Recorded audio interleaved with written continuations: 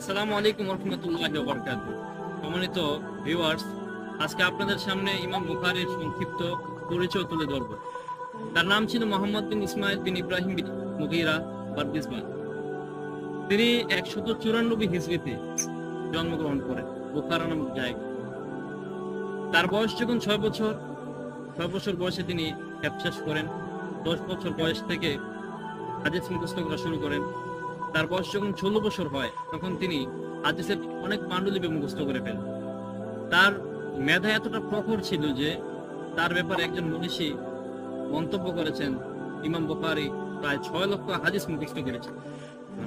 তিনি যখন কোনো কিতাব দেখতেন, কিতাবের মধ্যে যা কিছু আছে চোখ বোলালেই সবকিছু তার জেনে চলে আসে। আসলে তিনি আমাদের জন্য অনুপ্রাণিত একজন মানুষ, যার গল্প পড়লে, যার কথা শুনলে, যার জীবনী পড়লে আমরা অনেক অনুপ্রাণিত হই।